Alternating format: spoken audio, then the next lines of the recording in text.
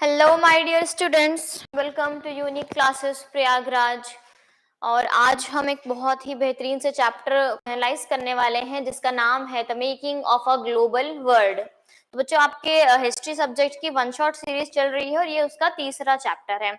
और जब मैंने सिलेबस डिस्कशन किया था तब भी मैंने ये बताया था आपको कि जो सीबीएसई ने सिलेबस प्रिस्क्राइब किया है उसमें the making of a global world में सिर्फ और सिर्फ सब टॉपिक 1.1 से लेकर 1.3 तक ही आपको पढ़ना है फॉर एग्जाम पर्सपेक्टिव। तो यहाँ हमको जो पढ़ना है सिर्फ द प्री मॉडर्न वर्ड से लेकर डिसीज, कंक्वेस्ट एंड ट्रेड तक ही पढ़ना है।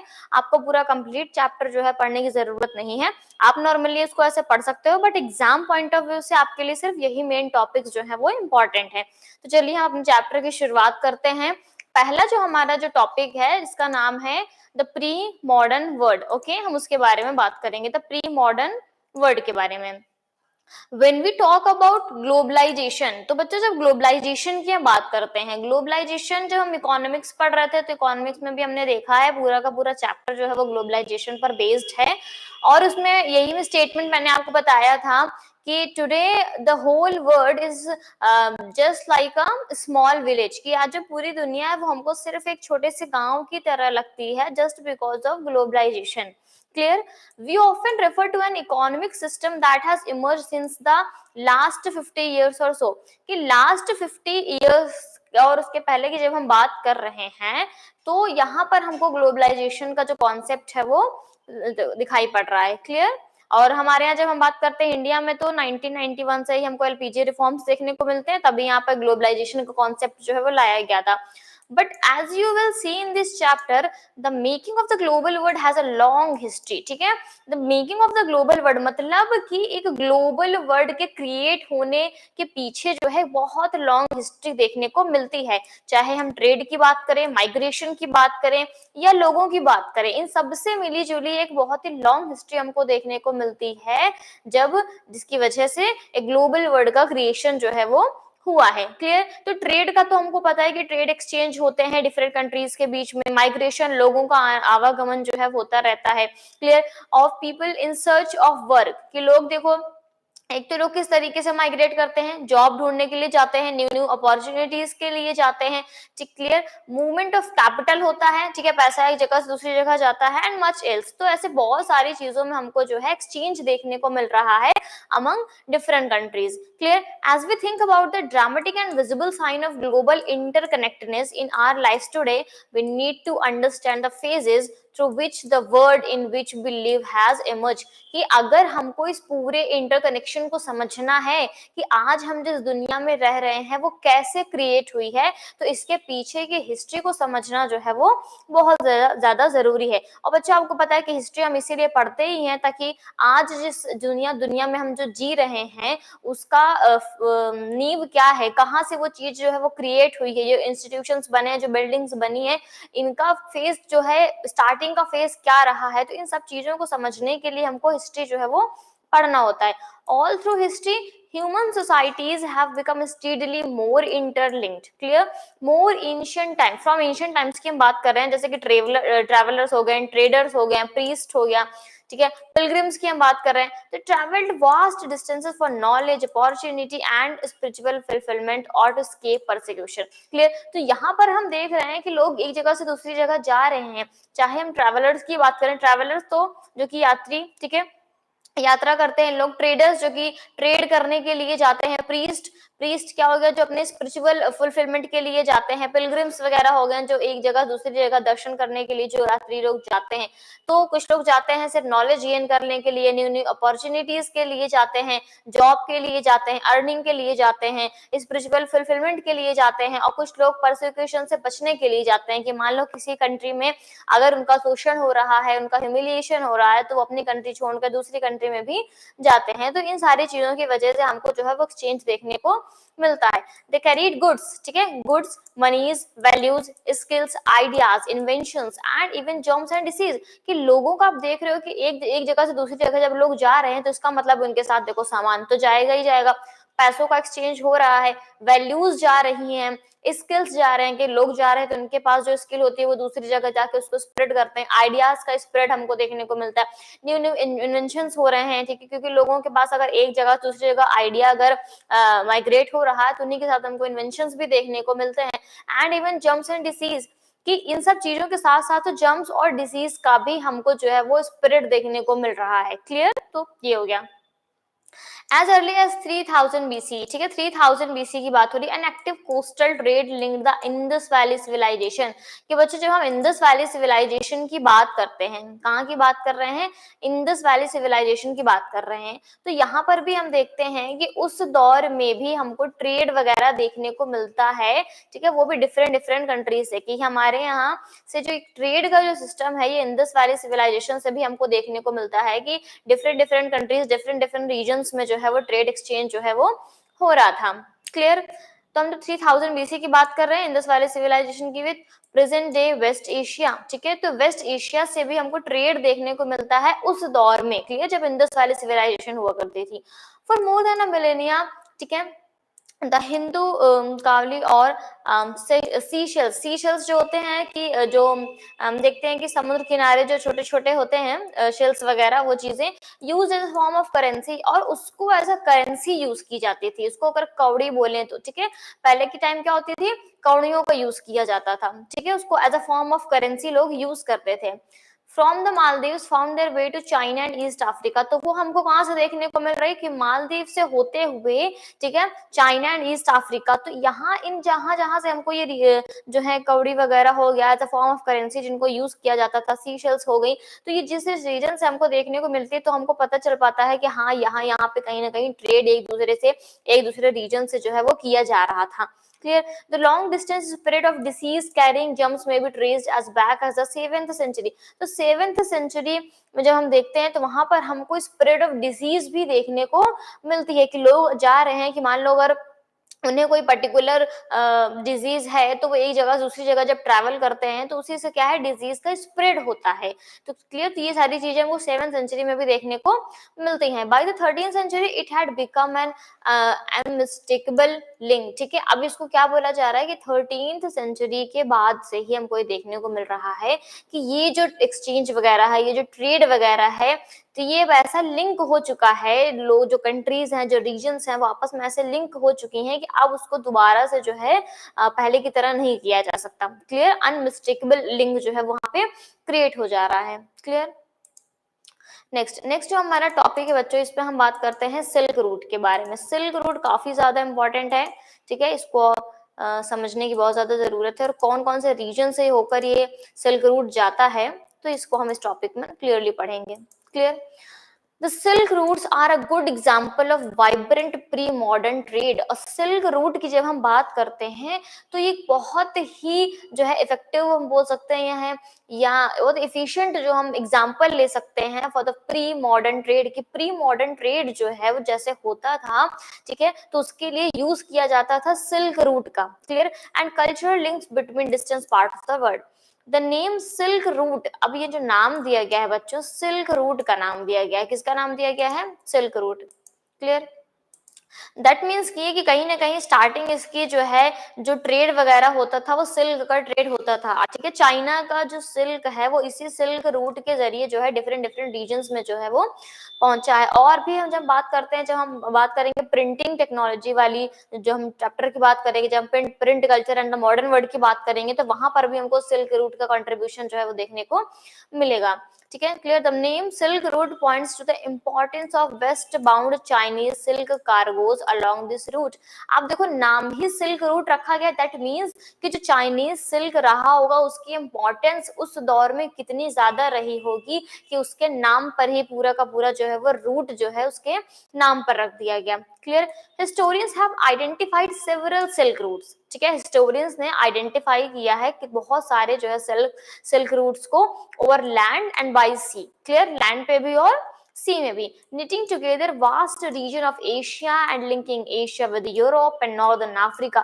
जब हम रीजन्स की बात करते हैं कि सिल्क रूट से डिफरेंट डिफरेंट रीजन्स जो है वो क्या हो रहे थे, वो कनेक्ट हो रहे थे। और वो रीजन कौन कौन से थे, फॉर एग्जाम्पल जैसे एशिया हो गया, एशिया का यूरोप से कनेक्शन थे, नॉर्थ अफ्रीका से कनेक्शन, तो इतने जो दूर दूर जो कॉन्टिनेंट्स हैं ये जो आपस में कनेक्ट थे just because of Silk Route. Clear? They are known to have existed since before the Christian era and thrived almost till the 15th century. मतलब क्या बताया जा रहा है कि ये जो ट्रेड वगैरह है, ये जो सिल्क रूट का जो कॉन्सेप्ट है, ये हमको देखने को मिलता है बिफोर द क्रिश्चियन इरा। ठीक है, बिफोर द क्रिश्चियन इरा भी सिल्क रूट जो है वो एग्जिस्ट कर रहा था and almost till the 15th century. 15th century के टाइम पर भी जब हमको रेनेसा का टाइम देखने को मिलता है, रेनेसा का टाइम देखने को मिलता है यूरोप में, तो 15th सेंचुरी तक भी सिल्क रूट का जो है इंपॉर्टेंस जो है वो था। बट चाइनीज पॉटरी, ठीक है, चाइनीज पॉटरी की जब हम बात करते हैं, also travelled the same route as is textile and spices from India and Southeast Asia, कि इसी सिल्क रूट से चाइना का जो सिल्क कार्गोस था वो तो ट्रैवल करके डिफरेंट डिफरेंट रीजन्स में गया ही गया है। ठीक है, और इसके साथ साथ चाइनीज पॉटरी, ठीक है, वो भी एक जगह से दूसरी जगह जो है उसको ले जाया गया है। ऑल्सो टेक्सटाइल का भी ट्रेड हुआ है, स्पाइसेस का ट्रेड हुआ है। कहाँ से, अब आपको पता है कि टेक्सटाइल और स्पाइसेस जो है ये मेनली ट्रेड हमको साउथ ईस्ट नेशन से देखने को मिलता है, साउथ ईस्ट एशिया और इंडिया से ही मोस्टली जो है वो टेक्सटाइल और स्पाइसेस का ही ट्रेड वगैरह होता था। और जब चाइना की हम बात करते हैं तो चाइनीज पॉटरी हो गया, ये सिल्क रूट सिल्क कार्गोज हो गया। तो ये सारा जो चीजें हैं, जो सारा मटीरियल है, इसका जो ट्रेड होता था ये इसी सिल्क रूट के जरिए ही होता था। Clear? In return, precious metals, gold and silver flowed from Europe to Asia। और वापसी में अभी सारी चीजें क्या हो रही हैं, एक्सपोर्ट हो रही हैं, और जो हम इंपोर्ट करते थे, जो इसके बदले हमें चीजें जो मिलती थी वो कौन सी थी, गोल्ड सिल्वर। ठीक है, यूरोप से एशिया ये आता था। ठीक है, एशिया से हम देख रहे हैं कि यूरोप क्या क्या जा रहा है, चाहे टेक्सटाइल की बात कर लें, स्पाइसेस की बात कर लें, चाइनीज पॉटरी हो गई, सिल्क हो गया। ठीक है, लेकिन जब हम बात करेंगे यूरोप से एशिया क्या क्या वापस आ रहा है, दैट इज गोल्ड सिल्वर, ठीक है, प्रेशियस मेटल्स वगैरह। Trade and cultural exchange always went hand in hand. ठीक है, तो ये जो ट्रेड वगैरह हो रहा है ये just because of the silk route काफी जो है इफिशिएंटली ट्रेड और कल्चर एक्सचेंज हो रहा था। लोग एक जगह दूसरी जगह जा रहे थे, आइडियाज एक जगह दूसरी जगह जा रहे हैं, गुड्स जा रहे हैं, and even germs and disease.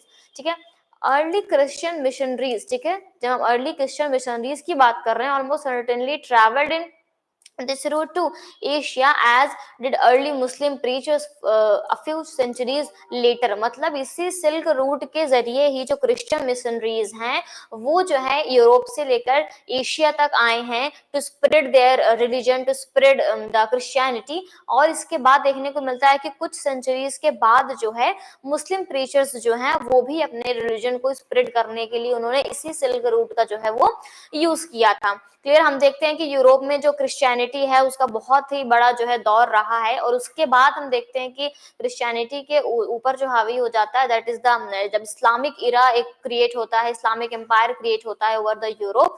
तो इसी की बात की जा रही है कि पहले जो है वो क्रिश्चियन मिशनरी जो अपने क्रिश्चियनिटी को फैलाते हैं, स्प्रेड करते हैं through this silk route, and after that Muslim preachers जो है वो इसी सिल्क रूट का यूज करके अपने जो रिलीजन है, अपने जो थॉट्स हैं, अपनी जो थिंकिंग है, उसको वो स्प्रेड करते हैं along the Asia and different areas.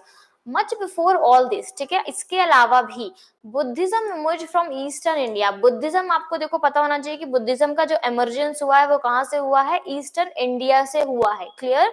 And spread in several directions through intersecting points on the silk routes. ठीक है, हम वहां से देख रहे हैं कि यूरोप से एशिया जो है क्रिश्चियनिटी स्प्रेड हो रही है और इस्लामिक रिलीजन जो है वो स्प्रेड हो रहा है। फिर हम देख रहे हैं कि ईस्टर्न इंडिया से जो है वो बुद्धिज्म का इमर्जेंस हो रहा है, और वो डिफरेंट डिफरेंट एरियाज में, डिफरेंट डिफरेंट रीजन्स में जो है वो स्प्रेड हो रहा है just because of silk route. तो आपको इतना इस टॉपिक को पढ़ के समझ में आ गया होगा कि सिल्क रूट उस दौर में कितना ज्यादा जो है वो इम्पोर्टेंट रहा होगा, and trade and cultural exchange में सिल्क रूट का एक बहुत बड़ा कॉन्ट्रीब्यूशन देखने को मिलता है। तो ये आपके क्वेश्चन में भी आ सकता है बच्चों कि सिल्क रूट को आप सिल्क रूट से आप बताइए कि कैसे ट्रेड और कल्चर एक्सचेंज जो है बिकॉज ऑफ सिल्क रूट जो है वो इतना इफेक्टिवली हो पाया है। तो ऐसे क्वेश्चन के लिए आप यहाँ से इसको आंसर दीजिएगा। क्लियर? नेक्स्ट हम टॉपिक की बात करते हैं फूड ट्रैवल। ठीक है, अभी हमने देखा कि गुड्स वगैरह हो गया, टेक्सटाइल हो गया, स्पाइसेस हो गया, तो ये सारी चीजें तो स्प्रेड हो ही रही हैं, ये सारी चीजों का ट्रेड एंड एक्सचेंज तो हो ही रहा है। अब हम देखते हैं कि फूड का एक्सचेंज कैसे हो रहा है, फूड कैसे ट्रैवल कर रहा है। ठीक है, spaghetti and potato. Clear? Food offers many examples of long distance culture exchange. ठीक है, अब फूड की वजह से तो जाहिर सी बात है कि एक जगह का खाना दूसरी जगह जाके अगर हो रहा है तो ये बहुत ही बड़ा हमको कल्चर एक्सचेंज देखने को मिल रहा है। Then traders and travellers introduce new crops to the lands they travelled. तो जो भी ट्रेडर्स वगैरह हैं, जो ट्रैवलर्स हैं, वो एक जगह से दूसरी जगह जब जा रहे हैं तो मान लो एक रीजन में कोई पर्टिकुलर क्रॉप हो रही है, बट जो दूसरे रीजन में जब वो जा रहे हैं तो उसको वो इंट्रोड्यूस कर रहे हैं वहां पे। Clear? Even ready food stuff in different in distant parts of the world might share common origin. की जो रेडी फूड स्टफ की हम बात कर रहे हैं, अब देखो रेडी फूड स्टफ उसको हम बोलते हैं कि जो तुरंत तैयार हो जाता है, जस्ट लाइक जो हमारे फास्ट फूड वगैरह होते हैं। क्लियर? तो ये सब भी हम देखते हैं कि कहीं ना कहीं इनका जो ओरिजिन है वो एक कॉमन ओरिजिन हमको देखने को मिलता है जब हम एक लॉन्ग बैक हिस्ट्री इनकी देखते हैं कि कहाँ से इनकी शुरुआत हुई थी। Clear? Take spaghetti and noodles. जब हम स्पैगेटी और नूडल्स की बात कर रहे हैं तो it is believed that noodles travelled west from China.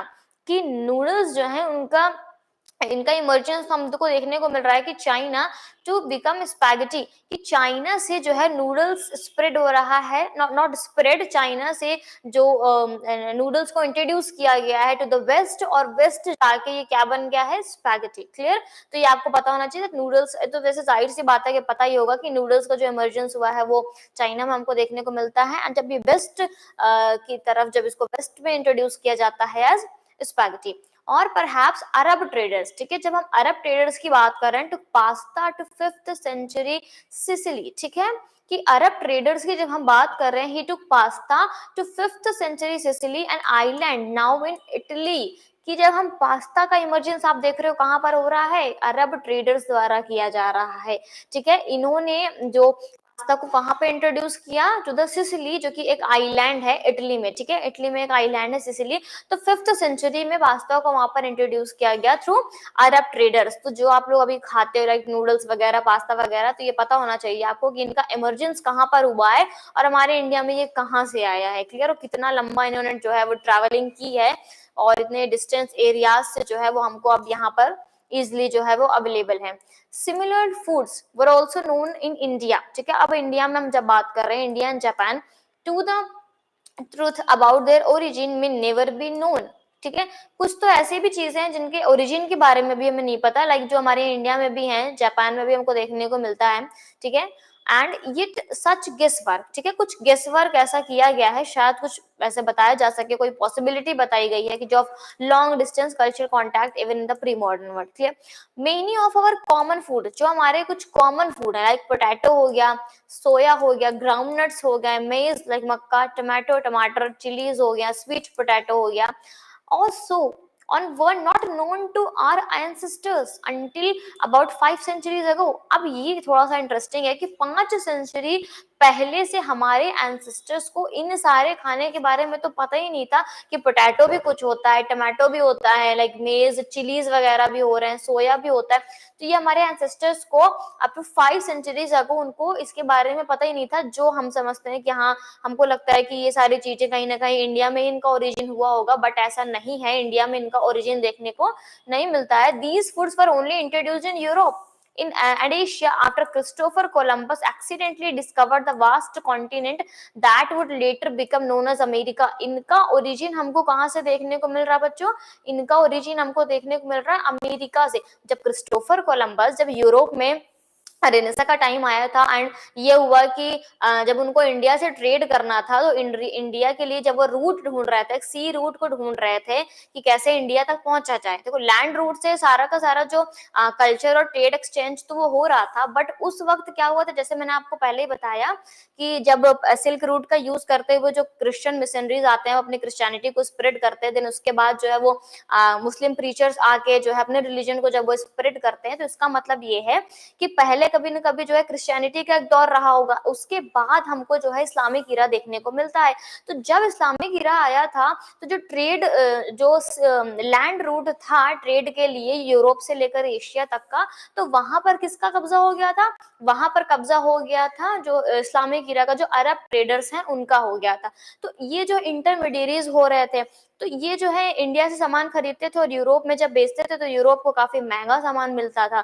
तो इसकी वजह से यूरोप में इस चीज के बारे में हलचल मची कि कहीं ना कहीं हमको एक सी रूट जो है डायरेक्ट इंडिया के लिए ढूंढना पड़ेगा कि हम डायरेक्ट जाके इंडिया से ट्रेड कर सके। तो इसके लिए जब सी रूट जब ढूंढा जाने लगा तब क्रिस्टोफर कोलंबस जो है वो जब निकलते हैं, जब वो वेस्ट की तरफ जाते हैं, क्लियर, वो वेस्ट की तरफ जब जाते हैं तब वो एक्सीडेंटली वो डिस्कवर कर लेते हैं अमेरिका को, ठीक है, अमेरिका कंट्री, क्लियर। तो जब वो अमेरिका को डिस्कवर करते हैं तो वहां से इन सारे जो भी क्रॉप्स हैं, जो ये फूड स्टफ है, तो यहाँ से उनका इन्वेंशन होता है। देन ये इसको यूरोप ले आते हैं, क्लियर, एंड यूरोप के बाद हमको एशिया में देखने को मिलता है। तो ऐसी एक लॉन्ग हिस्ट्री रही है इन सारे जो खाने की है, क्लियर। तो आई होप आपको समझ में आ गया होगा। जो हम सोचते हैं कि नहीं सब कुछ जो है ये आलू वगैरह तो इंडिया में ही रहा होगा, बट ऐसी बात नहीं है। हम आगे बढ़ते हैं। Here we will use America to describe North America। यहाँ पर आपको ध्यान देना है कि अमेरिका का मतलब क्या है, जो north America, south America and the Caribbean island जो है वो सब मिला जुला कर, क्लियर। अब तो अमेरिका का हमको अलग अलग नॉर्थ अमेरिका, साउथ अमेरिका देखने को मिलता है, बट ये जो अमेरिका की बात हो रही है ये पूरा ऑल ओवर जो कॉन्टिनेंट है उसकी बात हो रही है। In fact, many of our common food, ठीक है, came from America's original inhabitants, the American Indians, ठीक है। जो हमारे जो कॉमन फूड्स हमको देखने को मिल रहे हैं, जो अमेरिका के जो ओरिजिनल इनहैबिटेंट्स हैं, ठीक है, जो अमेरिकन इंडियंस इनको बोला गया है, तो उनके द्वारा हमको ये सारे फूड स्टफ का इन्वेंशन देखने को मिलता है। Sometimes the new crops could make the difference between life and death, ठीक है। आप देखो ये नए क्रॉप्स की वजह से आपको ऐसी सिचुएशन भी यूरोप में देखने को मिली है कि जीने मरने तक की सिचुएशन हो गई थी। कैसे कि Europe's poor began to eat better and live longer with the introduction of the humble potato, कि जब क्रिस्टोफर कोलंबस जो है वो अमेरिका से यूरोप ले आते हैं और नए क्रॉप्स को जब यहाँ पे इंट्रोड्यूस किया जाता है, पोटैटो को जब इंट्रोड्यूस किया जाता है, तब क्या होता है कि लोगों को पोटैटो खाने की आदत हो जाती है और उनको मतलब पोटैटो उनके लिए एक बहुत ही बोल सकते हैं कि बहुत ही बेटर फूड स्टफ था, बहुत ही लग्जरियस फूड स्टफ था। तो वही उन लोगों को लगता है कि अब उनकी लाइफ जो बहुत बेटर हो गई, अब वो सिर्फ और सिर्फ जो है वो पोटैटो पर ही डिपेंड हो जाते हैं। Then Ireland's poorest peasant become so dependent on potato. तो जो पुअरेस्ट जो पीजेंट्स हैं वो भी क्या है, बहुत ही ज्यादा ये लोग डिपेंडेंट हो जाते हैं पोटैटो पर, कि जब डिजीज आती है, ठीक है, कि when disease destroy the potato crop in the mid 1840s, hundreds of thousands of died of starvation, कि इतना ज्यादा वो डिपेंडेंट थे पोटैटो पर, सिर्फ वो पोटैटो पर ही इतना ज्यादा जो है उनकी हैबिट हो चुकी थी ऐसे कि जब डिसीज जो है पूरे पूरे पोटैटो क्रॉप्स को जब वो डिस्ट्रॉय कर देती है इन मिड 1840s में, तब हमको देखने को मिलता है कि just because of starvation hundred of thousands जो लोग हैं वो मर जाते हैं सिर्फ भूखमरी की वजह से। तो इतना ज्यादा जो हमको डिपेंडेंसी देखने को मिलती है जो न्यू इंट्रोड्यूस्ड फूड क्रॉप्स होते हैं उनसे, क्लियर। अब हम आगे बढ़ते हैं अपने नेक्स्ट एंड लास्ट टॉपिक पर, that is the conquest, disease and trade, clear.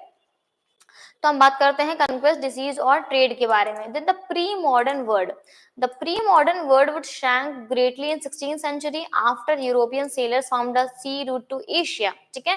तो सी रूट टू एशिया जो है वो मिल जाता है, ठीक है। जैसे हम देखते हैं कि पोर्तुगीज जो है वो वहां पहुंचते हैं 1498 में, हमको वास्को डी गामा मिलते हैं कि वो सी रूट जो है उन्होंने खोज लिया होता है, एंड इवन और successfully cross the western ocean to America, ठीक है, अमेरिका तक भी पहुंच जाते हैं। 4 centuries before, ठीक है, the Indian Ocean had known a bustling trade with goods, peoples, knowledge, custom, etc. तो हम देखते हैं कि जब न्यू जो सी रूट जो है वो इंडिया तक जो यूरोपियंस हैं वो डिस्कवर कर लेते हैं, तब हमको देखने को मिलता है कि इंडियन ओशन में जो है कि बहुत ही एक बस्लिंग ट्रेड देखने को मिलता है कि गुड्स का एक्सचेंज हो रहा है, लोगों का आना जाना हो रहा है, नॉलेज का एक्सचेंज हो रहा है, कस्टम कल्चर एक्सचेंज हो रहा है, ठीक है, क्रिस क्रॉसिंग इन वाटर। तो बहुत मतलब सेंचुरीज तक हमको ये सारी चीजें देखने को मिलती हैं। The Indian subcontinent was central to this flow, और इंडियन सब कॉन्टिनेंट तो सेंट्रल था क्योंकि यहीं से मेन जो है वो ट्रेड हो रहा था, and a crucial point in their network. The entry of European helped expand to redirect some of these flow towards Europe। तो जब यूरोपियंस की एंट्री हो जाती है तो जो ट्रेड होने लगता है, जो सामान वगैरह है वो डायरेक्ट जो है वो यूरोप तक अब पहुंचने लगते हैं। बिफोर इस डिस्कवरी, कि इसकी डिस्कवरी से पहले, जो सी रूट डिस्कवर हुआ था इसकी डिस्कवरी से पहले क्या होता है कि America had been cut off from regular contact with the rest of world for million of years. की अमेरिका, ऐसा नहीं है कि जो है कि अमेरिका को क्रिस्टोफर कोलंबस ने जो है वो उसको मतलब ये बोल सकते हैं उसको फाउंड किया है, ऐसा नहीं, उन्होंने सिर्फ डिस्कवर किया है कि हाँ ये कॉन्टिनेंट था, ये रीजन था। वो रीजन ऑलरेडी जो वहां पर स्टैब्लिश था, अमेरिका पहले से था, वो सिर्फ उन्होंने वहां तक का रूट ढूंढा है, उस जगह को ढूंढा है कि हाँ ये जगह जो है वो, तब वो जगह जो है वो रेगुलर कांटेक्ट में आई है with the rest of world. इसके पहले क्या थी वो जगह, वो आइसोलेटेड थी, clear. But from the 16th century, जब हम 16th सेंचुरी की बात कर रहे हैं, it's vast land and abundant crops and minerals began to transform trade and lives everywhere. तो अब देखो कि नया नया रीजन जब यूरोपियंस को मिल रहा है, तो वहां के जो रिसोर्सेज हैं, वहां के जो क्रॉप्स हैं, वो उसको काफी ज्यादा एक्सप्लॉइट करने की कोशिश करते हैं, और इसी की वजह से जो है ट्रेड और लाइफ जो है वो चाहे यूरोप की बात करें या डिफरेंट रीजन्स की बात करें, उनके एकदम से लाइफ ही ट्रांसफॉर्म हो जाती है just because of these resources. Precious metals, particularly silver की हम बात करें, from mines located in present day Peru and Mexico, also enhanced Europe's wealth and finance states with Asia. कि हम देख रहे हैं कि यूरोप, जब आप देखते हो कि यूरोप ट्रेड कर रहा होता है एशिया में, तो जो वहां से सिल्वर और गोल्ड, जो प्रेशियस मेटल्स आ रहे हैं, तो कहीं ना कहीं एक्सप्लॉइट हो रहे हैं जो अमेरिका का रिसोर्स है। क्लियर कि अमेरिका में हमको ये माइंस देखने को मिलती है, पर्टिकुलरली सिल्वर की, जो कि पेरू और मैक्सिको में है। तो ये इन वेल्थ को जो है यूरोप यूटिलाइज करता है with two for trade in Asia, for trade with Asia, clear. Legends spread in 17th century Europe about South America's fabled wealth, ठीक है, कि अब उनको पता चल चुका होता है ना कि साउथ अमेरिका में भी काफी ज्यादा जो है वेल्थ है। And many expedition set off in search of El Dorado, the fabled city of gold, और बहुत सारे एक्सपेंडिशन शुरू कर दिए गए हैं, बहुत खोज खबर करनी शुरू कर दी गई कि एल डोराडो को ढूंढना है। अब एल डोराडो क्या है? एल डोराडो है the fabled city of gold, ठीक है, ये इसको सिटी ऑफ गोल्ड बोला जाता है। तो यहाँ यूरोपियंस को पता चला कि यहाँ पर तो भाई सोना ही सोना है, तो इस जगह को अब ढूंढना बहुत ही ज्यादा जरूरी हो गया है, clear. Next, the Portuguese and Spanish, the Portuguese and Spanish conquest and colonization of America was decisively underway by the mid 16th century। mid 16th century में हम देख रहे हैं कि यहाँ पर colonization हो चुका है अमेरिका का, ठीक है, और पोर्टुगीज एंड स्पेनिश जो है उन्होंने कंक्वेस्ट कर लिया है, उन्होंने कॉलोनाइज कर लिया है अमेरिका को by the mid 16th century, ठीक है। European conquest was not just a result of superior fire power, ठीक है, कि यूरोपियन का जो कॉन्क्वेस्ट है वो सिर्फ और सिर्फ एक सुपीरियर पावर का रिजल्ट नहीं है, ठीक है। इन फैक्ट वो क्या है, most powerful weapon of Spanish conqueror was not a conventional military weapon. मतलब क्या बताया जा रहा है बच्चों, कि जो कन्क्वेस्ट किया पोर्तुगीज ने या स्पेनिश ने, अमेरिका को कॉलोनाइज किया, तो सिर्फ और सिर्फ ऐसे नहीं किया कि उनको डरा दिया, धमका दिया या लड़ाई झगड़ा करके कन्क्वेस्ट किया। सिर्फ यही एक मिलिट्री वेपन ही नहीं है जो है स्पेनिश के, जो उन्होंने कन्क्वेर किया है, जो कन्क्वेस्ट किया है, उसके पीछे का रीजन सिर्फ और सिर्फ वारफेयर नहीं है, सिर्फ और सिर्फ मिलिट्री वेपन नहीं है, बल्कि क्या है, जम्स हैं, क्लियर, क्या है, जम्स हैं, such as those as smallpox. तो स्मॉल पॉक्स का जो जम है, जो कीटाणु है, वो वहां तक पहुंचाया गया थ्रू अ पर्सन, ठीक है, कि वहां तक पहुंचाया गया। अब देखो कि जो जगह ऑलरेडी बहुत ही समय तक पूरी दुनिया से आइसोलेट रही है, तो उनको पता ही नहीं होगा ना कि स्मॉल पॉक्स नाम की भी कोई बीमारी होती है, ठीक है, क्योंकि हमेशा से तो ये कट के रहे, हमेशा से तो आइसोलेट रहे। बट अब अचानक जब ये सारी दुनिया से जो है अमेरिका का जो है कनेक्शन हुआ है, तो यूरोपियंस जो हैं, जैसे पोर्तुगीज और स्पेनिश की हम बात कर रहे हैं, तो वो उनको कन्क्वेयर करने के लिए सिर्फ मिलिट्री वेपन का यूज नहीं कर रहे हैं, वो वहां पर जम्स भेज रहे हैं, कि जम्स के जरिए जब सारे के सारे लोग उससे ज्यादा उसमें बहुत ज्यादा, जब स्मॉल पॉक्स की जो डिजीज है वो स्प्रेड हो जाएगी, तो तब वो उस पर क्या कर सकते हैं, अपना जो है वो डोमिनेशन स्टैब्लिश कर सकते हैं। तो because of their long isolation, American original inhabitants had no immunity. अब उनकी तो कोई इम्यूनिटी ही नहीं रही होगी इस जम्स के खिलाफ या इस बीमारी के खिलाफ, क्योंकि उनको इसके बारे में कुछ पता ही नहीं है, क्लियर। तो small pox in particular proved a deadly killer, तो उनके लिए तो वो स्मॉल पॉक्स भी एक डेडली किलर की तरह था।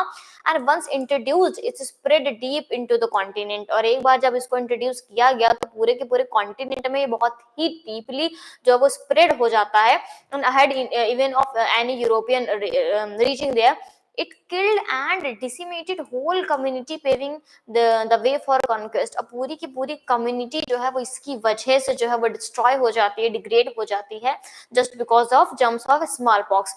और यही एक रास्ता बन जाता है जो है यूरोपियंस का कि वो अमेरिका को कॉलोनाइज कर सकते हैं। अब तो अब ये सोचिए कि किस तरीके का जो है वो मेजर अपनाया गया, किस तरीके का स्टेप लिया गया कंट्रीज को कॉलोनाइज करने के लिए। मिलिट्री से काम नहीं चला तो उन्होंने क्या किया, ठीक है, जम्प्स भेज दिए, ठीक है, बीमारियों के जरिए जो है अमेरिका के कॉन्टिनेंट को उन्होंने कन्क्वेस्ट किया, उसको कॉलोनाइज किया।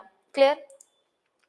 Guns could be bought or captured or turned against the invaders, but not disease such as smallpox to which the conquerors were mostly immune। ठीक है, अब क्या है कि इसमें क्या बताया जा रहा है कि अगर गन का यूज करते, इसमें फॉर एग्जांपल बताया जा रहा है कि मान लो अगर मिलिट्री वेपन्स का यूज करते तो कहीं ना कहीं फिर वहां के लोग भी उसको यूज करने लगते, उनको ही पता चल जाता है कि हाँ गन भी चलाई जाती है, एंड देन उसको वो इन्वेडर्स के खिलाफ भी उसको यूज कर सकते थे। लेकिन डिजीज ऐसी चीज है कि जो कन्क्वेरर्स हैं, ठीक है, जो यूरोपियंस हैं, उनको तो पता है कि स्मॉल पॉक्स नाम की कोई बीमारी होती है और उसके लिए उनके अंदर जो है वो इम्यूनिटी है, बट जो अमेरिकन के जो ओरिजिनल इनहेबिटेंट्स हैं उनके अंदर स्मॉल पॉक्स को लेकर कोई इम्यूनिटी ही नहीं है।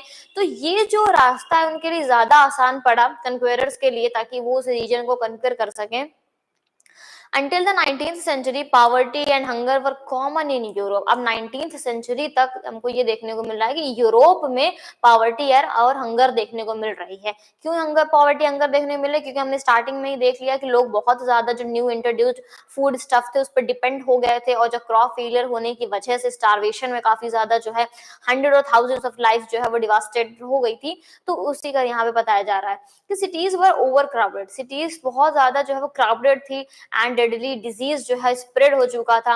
रिलीजियस कॉन्फ्लिक्ट जो है वो स्टार्ट हो गया था, रिलीजियस डिसेंडर्स वर परसिक्यूटेड, ठीक है, जो रिलीजियस डिसेंडर्स थे, ठीक है, उनको परसिक्यूट किया जा रहा था। अब रिलीजियस डिसेंडर्स क्या हो चुके, क्योंकि हमने स्टार्टिंग में देखा कि कॉन्फ्लिक्ट स्टार्ट हो गया है, रिलीजियस कॉन्फ्लिक्ट जो है वो स्टार्ट हो गया है। तो जो ऐसे लोग जो यूरोपियन का जो स्टैब्लिश जो बिलीफ है, जो प्रैक्टिसेस है, जो वहां का कस्टम है, जो उन चीजों को नहीं मान रहे थे उसको परसिक्यूट कर दिया जा रहा है, ठीक है, उसको मार दिया जाता था।